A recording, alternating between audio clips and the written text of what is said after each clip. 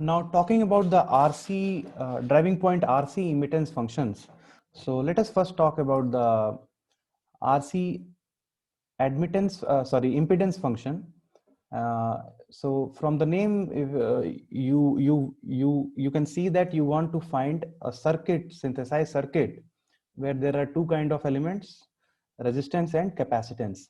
So if we talk about the Foster one form, which is basically our driving point impedance form, so it is summation of different elements, right? And all these elements must be representing either resistance or the capacitance. So there should not be any inductance. So since this is an impedance function, you see that this first function has a S in the denominator. So this will be representing a capacitor. Here also, if you see this function, you see that these things are in denominator and these will be representing admittance functions, right? Even if you put this kj, which is a constant, into the denominator, so since this s is representing admittance function and this sigma is also representing admittance function, so these are basically the parallel summation of two of these elements. And what are these elements? Since s is in the nominator of this admittance function, this will represent a capacitor, and this is a constant. Even if you take reciprocal of it, it is going to represent a resistor, right? So these are basically the parallel combination of a capacitor and a resistor. So these functions, let me just rewrite it in the form of like this: 1 upon s upon kj plus sigma j upon kj, and basically summation j is equal to 1 to n. And finally we have this constant k infinity, and since this is a constant, this is also going to represent a resistance. So we have already seen that in the Laplace transform, the constants represent resistance, right? So let us draw this circuit. So since all this is an impedance function, all the elements are going to be added in series. So the first function is going to be a capacitor, definitely, whose value will be 1 upon k naught. So if you take this k in denominator, it is going to be multiplied as 1 by k naught to the s. And here you see these two things are actually admittance function, which are summing. So you will basically find a parallel circuit of capacitor and resistor. Let me delete this.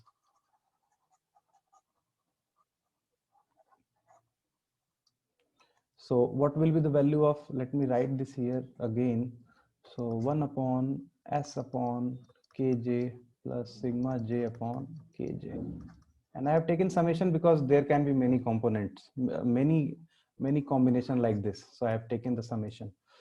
So j is equal to 1 to n. So let us take j is equal to 1. So this will become s upon k1 plus sigma 1 upon k1. So this represent admittance function, this denominator part. So what will this represent? This will represent a capacitor whose value will be 1 upon k1. And what will this represent? This will represent a resistor, but the reciprocal of it, because the reciprocal of a resistance is a conductance. So this is representing a conductance, but if you take reciprocal, it will represent resistance. So its value will be k1 upon sigma 1. Similarly, there can be n number of components, and the nth can be 1 upon kn. Resistance will be kn upon sigma n. And finally, in the end, you have a resistance here whose value is basically k infinite. So you will find a final value as k infinite. So this whole thing is your driving point RC impedance function. So this is how you will derive your Foster one form for the driving point RC immitance functions. So now let us quickly move to the RC admittance function, which is Foster 2 form. Now you can see that in the Foster second form, I have taken this form. Since this represent an admittance function, there this function will represent what? Inductor or capacitor? It will represent a capacitor because this is an admittance function. Similarly, this is going to represent resistance whose value will be 1 upon k naught. And if you rearrange this, you are going to get a parallel combination of, series combination of R and C. So let us talk about this part first. So if I rearrange this, we will get 1 upon 1 upon kj plus sigma j upon kjs, right? So we will get like this. So since this whole thing is an admittance function, this is going to be your impedance function ZA, and this is also going to be your impedance function ZB. So since this in this ZB, this S is in the denominator, this is going to represent a capacitor. So let us quickly draw. So since this first function is k naught, 1 by k naught will be representing as resistance, and all these components will be added in parallel because this is admittance function. So you will get a resistor in the first place whose value will be k naught, and then you are going to get a series combination of these. Since these are two impedances, this will be added in series. So what will be their values? 1 upon k1 and then k1 upon sigma 1, sorry, yes, k1 upon sigma 1, and there can be n number of component depending on the function that you will get.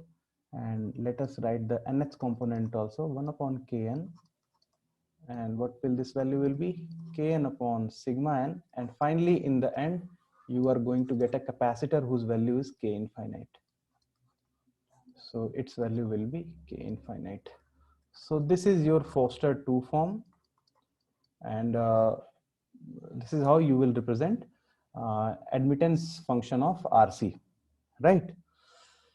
So if you closely see this function ZRC and this function YRC, what you find is that if you divide this YRCS function by S, so what will happen?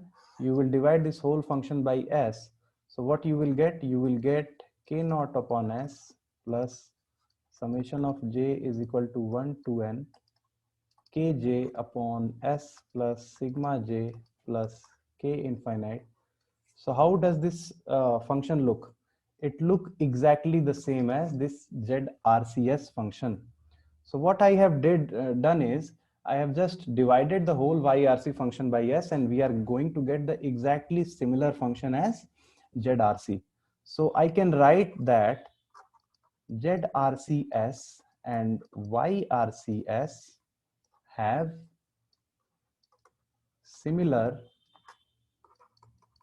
poles and zeros pattern, right? And so thus we can, not YRC, sorry, YRC by S. ZRC and YRC by S have similar poles and zeros pattern, and thus we can have same mathematical equation for both,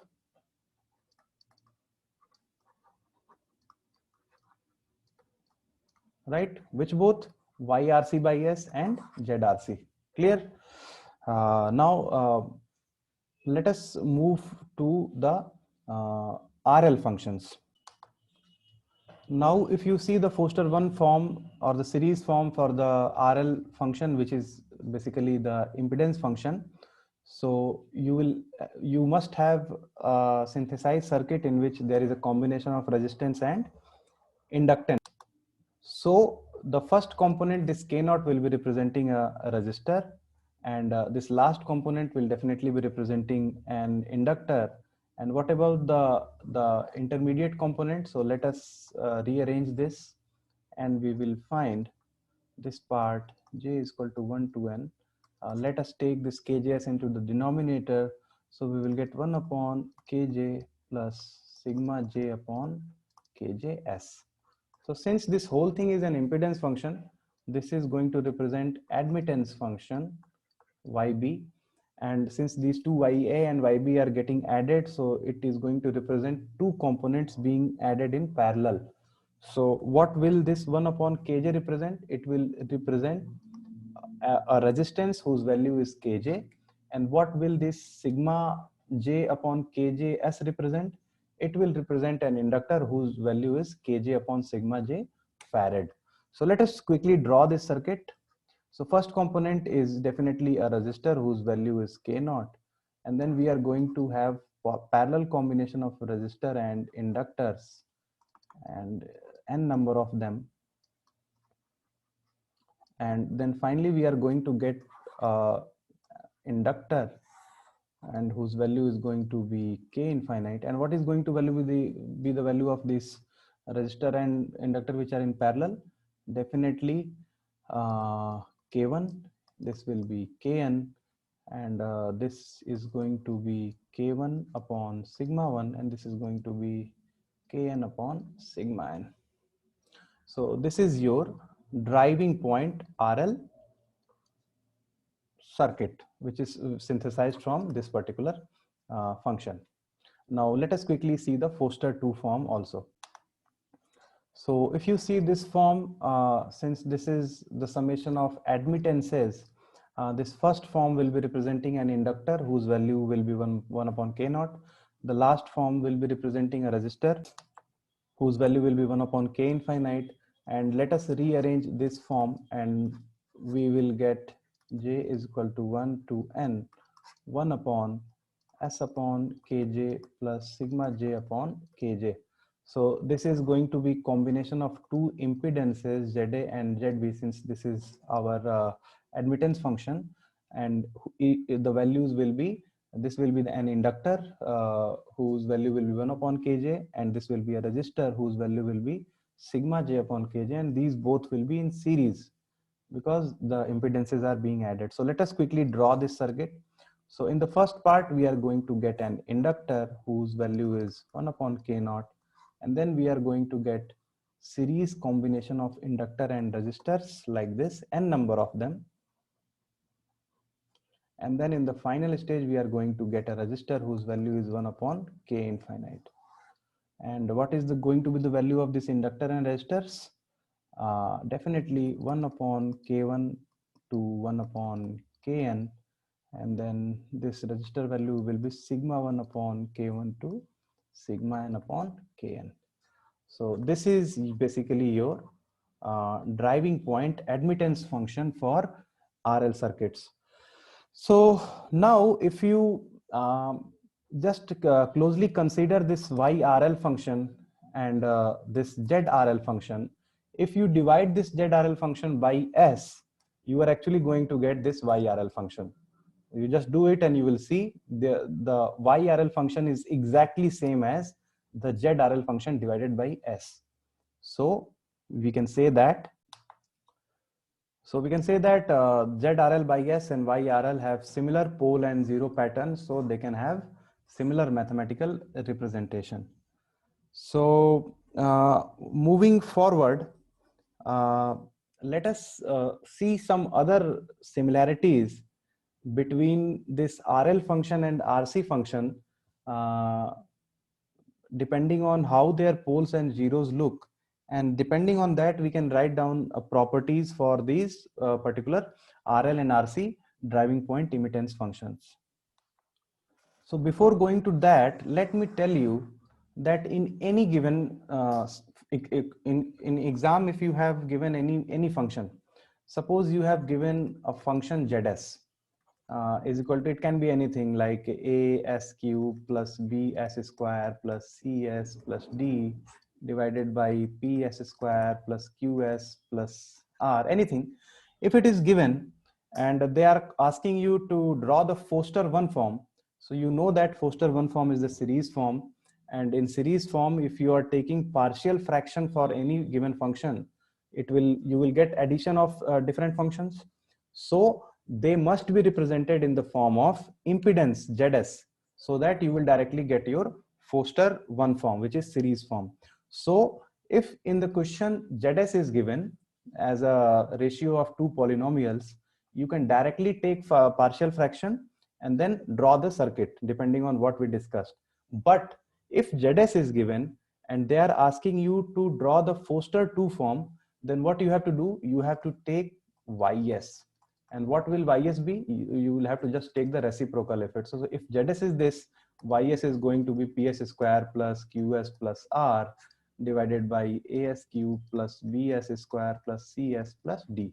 So now, since you have converted your Zs into Ys, if you take partial fraction of this function, you are going to get the summation of different function.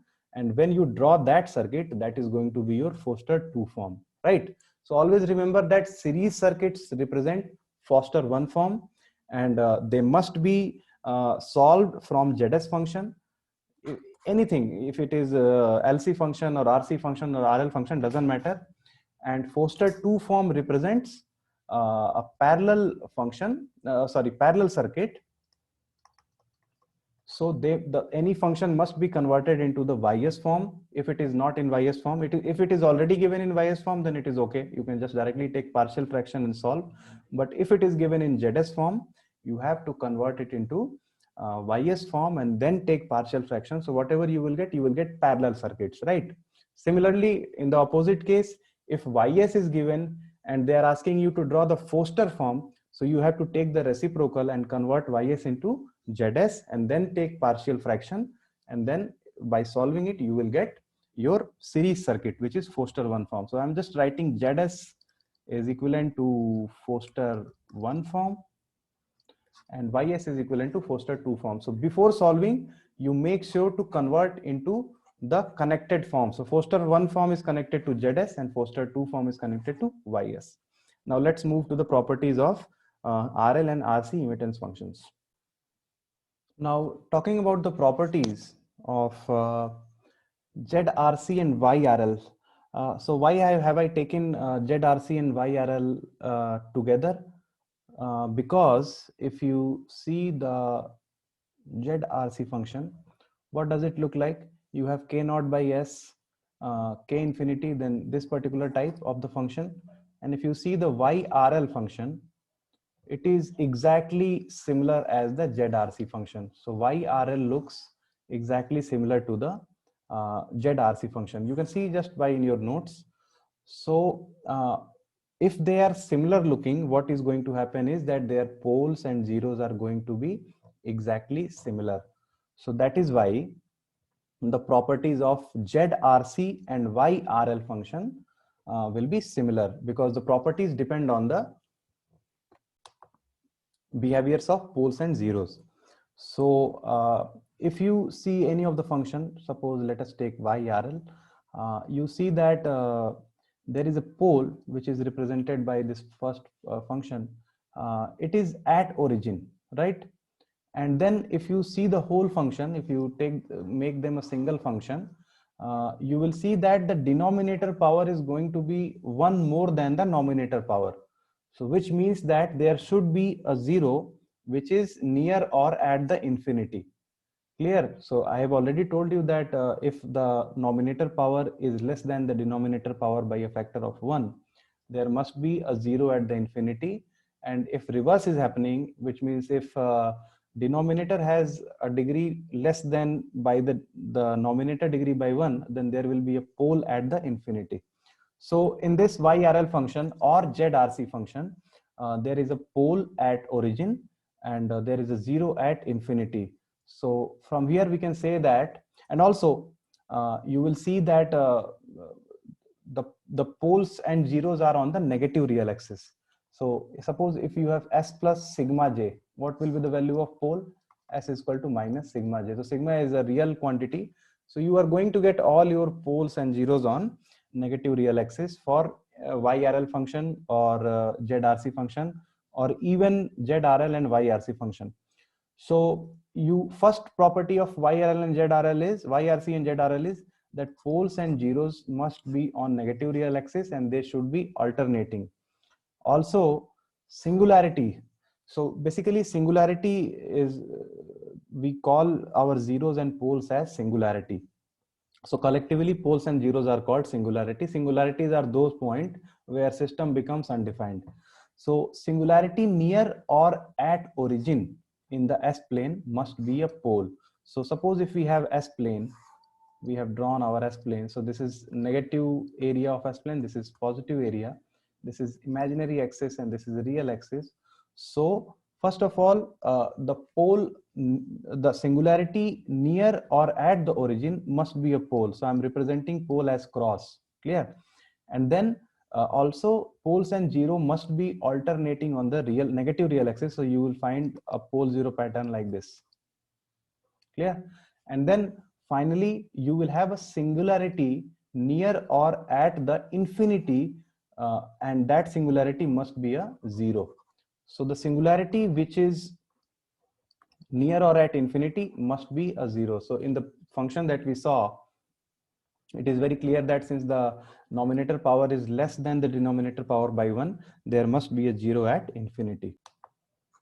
So in the pole zero pattern, I am again repeating, all the poles and zero must be lying on the negative real axis, and they should alternate. It cannot be like their two poles are back to back. No, it is not possible. So the poles and zero must alternate on the negative real axis, and also the singularity near the origin or at the origin must be a pole. It cannot be a zero, it must be a pole. And the singularity at or near infinity must be a zero, it cannot be a pole. So these are the properties of ZRC and YRL function. Similarly, if we talk about the properties of ZRL and YRC, so let us see the function ZRL. If you see that there is a term k infinite s, so it will represent a zero where s is equal to 0. So it will represent a 0 which is at the origin. And if you closely see, you will find that if you collectively take these two functions, you will find that the power in the numerator is greater than the maximum power in the denominator by 1, because if you multiply this s plus sigma into this, the numerator power is going to be in the form of s square and denominator will be only s.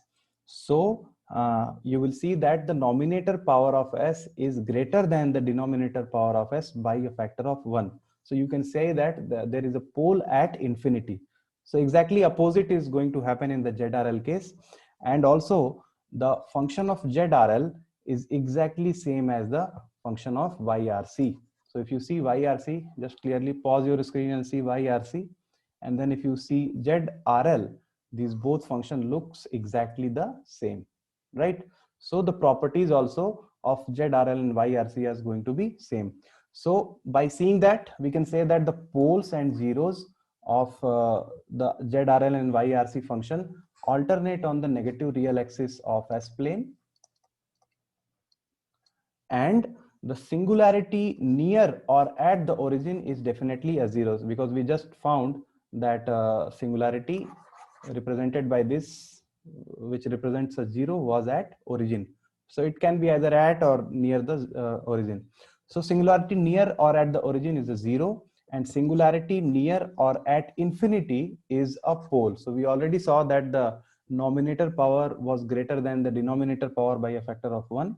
So there must be a singularity which is near or at the infinity. So if we draw the pole zero pattern of ZRL or YRC function, so we will see that there must be a zero near or at the origin, and then poles and zero will alternate. And if we go towards infinity, we will see that there is a pole at the infinity. So whatever function you take which will represent ZRL or YRC, it is going to have a pole pattern like this, right? So now let's do one example in which we are going to solve that example to find a core form of circuit, and then we will close this lecture. So in this example, we have been given a impedance function ZS, and we have to obtain core 1 and 2 forms. So till now in the Foster forms, what we were doing is we were taking the functions ZS or YS, and then we were taking partial fraction to obtain our Foster 1 and Foster 2 forms. So Foster 1 form was representing a series circuit, and Foster 2 form was representing a parallel circuit. In the core form, there is a method called continued fraction we will apply, And in this method, we are going to get a type of circuit synthesized, which is called ladder type circuit. So it will be a combination of series and parallel circuit. So what is the difference between core 1 and 2 forms? It is basically differ in the way we do continued fraction. And just by this example, we are going to see it. Also, uh, in the initially, we were removing constant, we were removing pole at 0, and we were removing pole at infinity to synthesize our circuit. So that is exactly what we do in the continued fraction, which are basically core 1 and 2 form. So one by one, what we are going to do is, from any given function, we will be removing either pole at 0 or 0 at 0, or a pole at infinity, or we will be removing the constant. So this is how we synthesize our circuit in the core forms. So the only difference between core 1 and 2 is the way we are doing this continued fraction. So let us first do the core 1 form. So in the core 1 form, you are seeing that this nominator, which is s cube plus 2s, is being divided by s4 plus 5s square plus 4.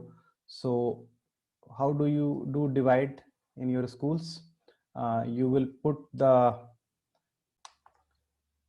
so you will put the dividend here. What is your dividend? It is it is s cube plus 2s. And what is your divisor? It is s to the power 4 plus 5s square plus 4. And here you will write the quotient values. So first of all, the way to write for the continued fraction in the core 1 form is, you write from the maximum power to the lower power, both the dividend and the divisor. So if you want to get s cube, what will be the first quotient be? So this first component will be multiplied with whatever you take the first quotient here, and you should get the first term here, s cube. So what should it be? It should definitely be 1 upon s, right? And since initially this function was impedance function, this quotient value will be representing your impedance, right? So I'm just exactly taking this as numerator and this as denominator. So this numerator basically becomes dividend, and this becomes divisor. So the quotient value what we will get, which is the which will represent the impedance function, because this is impedance function. So if you multiply s to the power 4 by 1 by s, you are going to get s cube. Then you have to multiply all other components of the divisor also to the 1 by s. So if you multiply 5s square with 1 by s, what you will get? You will get 5s.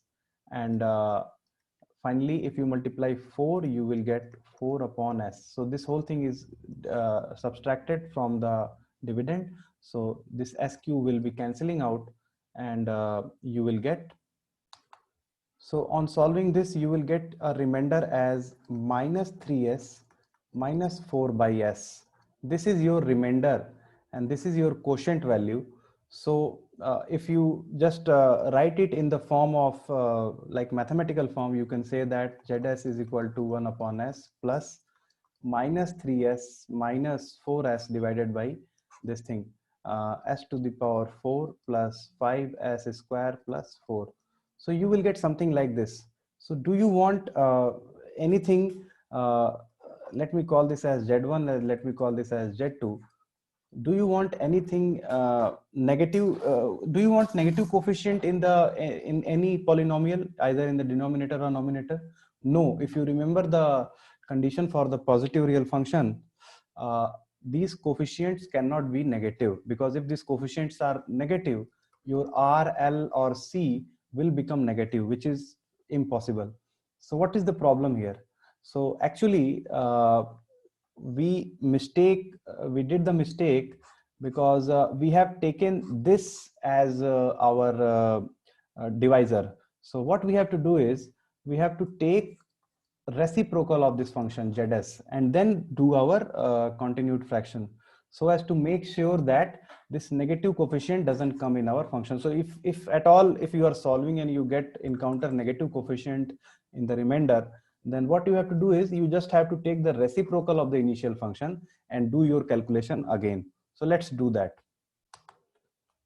So now as you can see, I have converted this ZS into YS by taking the reciprocal of it. And now let us do our covered first form. So we again have to take division. Now this S4 plus 5S square plus 4 comes in the dividend section, and S cube plus 2S comes into the divisor section. So now if we take here S, we are going to get S to the power 4 plus this 2S will be multiplied with S, so it will become 2S square, and there is nothing else. So if we take subtraction here, we are going to get 3S square plus 4. And now as part of the continued continuous division, you see that this quotient represent admittance function, because now since we have converted this ZS into YS, we are dividing, and whatever the quotient value we will get will be representing a admittance function. So if this is S and S is an admittance function, what will it represent? It will represent a capacitor whose value is 1 farad, right? So we have successfully taken out a capacitor whose value is 1 farad. Now, now what happens in the continued fraction, that that whatever the remainder that you have got from your first calculation, it will now work as a divisor, and your dividend will be whatever was your divisor initially. So since this S cube plus 2S was initially here in the denominator, now if you take it here, let S cube plus 2S, what you have done is you have actually reversed the function. So if you had stopped here, suppose if you had stopped here, uh, so if you want to write the function, whatever is remainder, whatever is the quotient, so if you had to write the equation, you would have written ys is equal to s plus, what is your remainder? 3s square plus 4 divided by your divisor. So what was your divisor? S cube plus 2s. So this is how you would have written your normal ratio. So this was your y1 and this was your y2, right? So if you had to divide in the normal way for this particular fraction, what you had done is you had just continued your division with this same thing, s cube plus 2s. But here we are not doing that. What we have done is we have just reversed the process. So this y2, instead of taking y2, we have taken z2. So what will be the value of z2? It will be s cube plus 2s divided by 3s square plus 4. So this will automatically become your this 3s square plus 4 will automatically become your divisor, and this s cube plus 2s thing will become your dividend. So let us write it like this, s cube plus 2s. So now if you solve it, if you want to get s cube by multiplying 3s square, what you should do? You should multiply it by s by 3. So if you multiply 3s square into s by 3, you will get s cube. And then if you multiply 4 into s by 3, you will get 4s by 3. So what you will get finally, this s cube will be removed. And if you have to take subtraction from 2s to 4s by 3, you will get 2s by 3, right?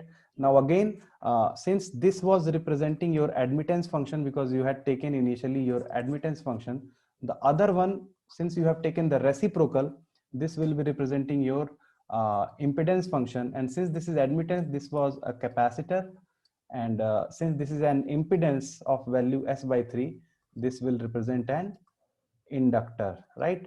Now again here you have got remainder as 2s by 3.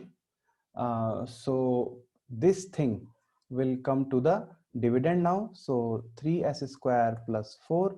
And now what you have to get? You just have to get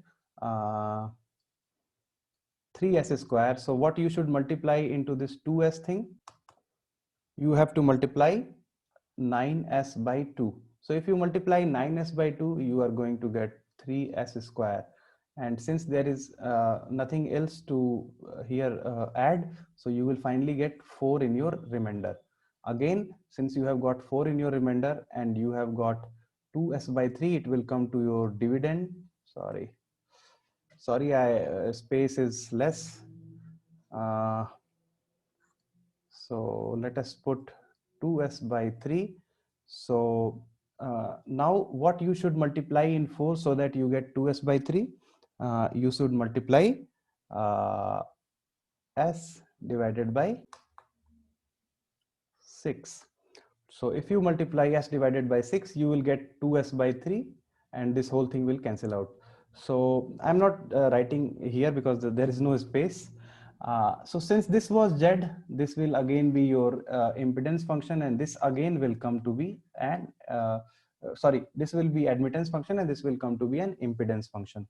So now since you have got to get to the end of this, there will be no other quotient values. So this is your capacitor, this is your inductor. So this 9s by 2, which is admittance function, this will again represent a capacitor, and this s by 6 will again represent an inductor. So let me write this whole thing again clearly so that it becomes to you very clear. So I have written the whole continued division here clearly, and since the first function was admittance function, this S will represent a capacitor of 1 farad. Then again, since this is impedance function, we are going to have to draw our circuit in this form, which is parallel form, and the capacitor is obviously 1 farad. And then in series to this, we are going to get an impedance function whose inductance value, which will represent an inductor whose inductance value is 1 by 3. So definitely, since this is an impedance function, it is going to be in series. So we are going to get our inductor of 1 by 3 Henry.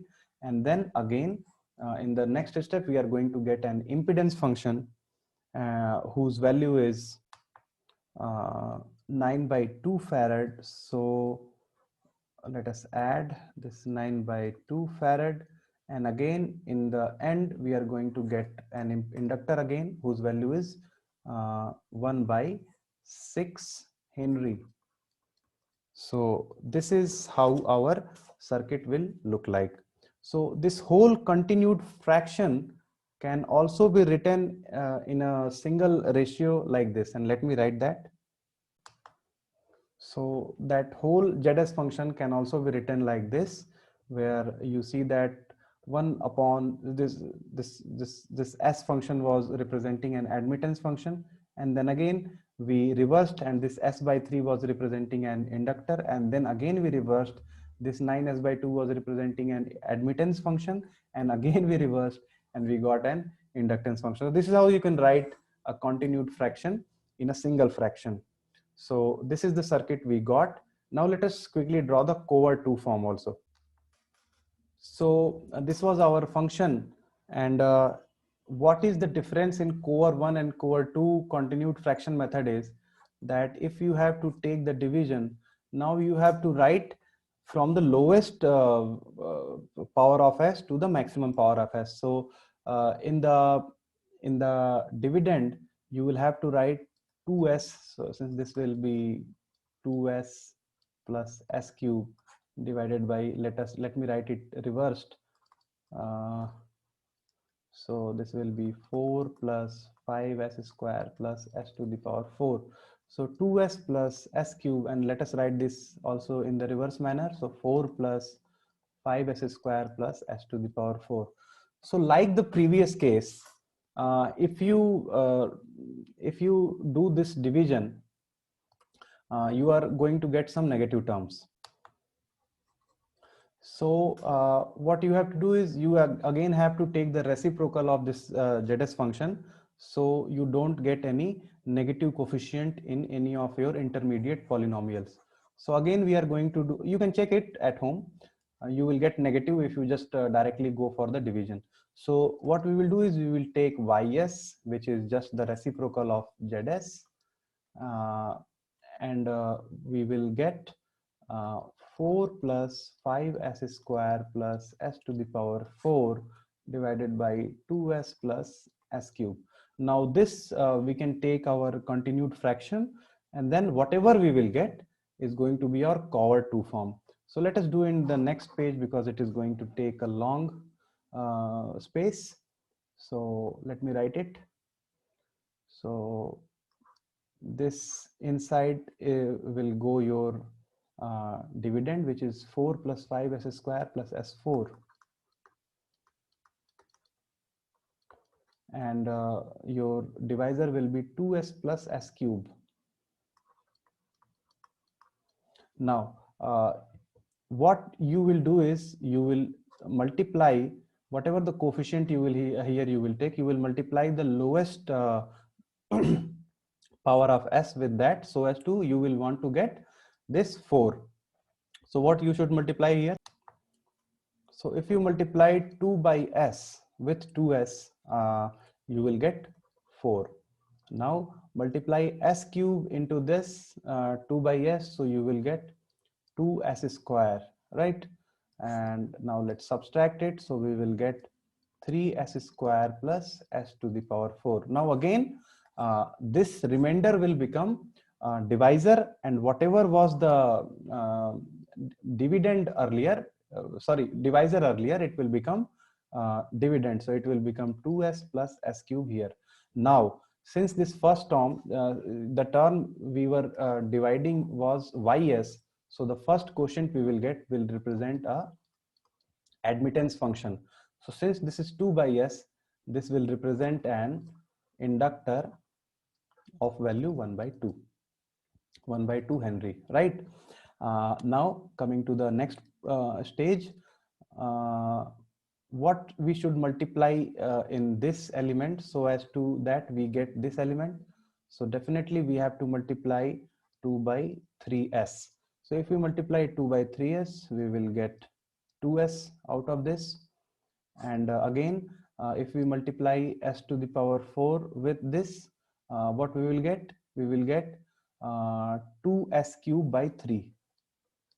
2s cube divided by 3. So if we subtract, this whole thing will cancel out, and we will get s cube by 3 as remainder.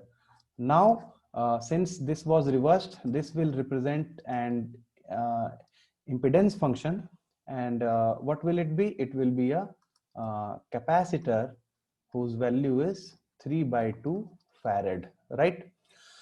Now coming back to here, now this thing will go to the dividend, and its value is 3s square plus s to the power 4. And now what should we multiply in s cube by 3 so as to get 3s square? So we must multiply, I think, 9 upon s. If we multiply 9 upon s into s cube by 3, we will get 3s square. So 3s square we got. There is no other component, so our remainder will be s to the power 4. Since we have again reversed, so this will represent again an admittance function, and since this is 9 by s, this must represent an inductor of what value? 1 by 9 Henry. Again, this s to the power 4 is in the divisor, and in the dividend we will get s cube by 3. So what we should multiply so as to get s cube by 3? We must multiply 1 upon 3s to the s to the power 4. So we will get s to the power 3 by 3, and this whole thing will cancel out. So this will be our final term, and it will represent impedance whose value will be 3 farad. It will be a capacitor, right? So now since we have got all the elements, let us quickly draw. Since the first element was an inductor and it was represented by an admittance, it must have to come in parallel. So its value will be 1 by 2 Henry. The next component is represented by impedance, so it will come in series, and its value is 3 by 2 farad. The next component again is an inductor whose value is 1 by 9 farad. sorry, Henry. And the last component is again a capacitor whose value is 3 farad. So this is your cover form of synthesizing this particular network function which was given in the question.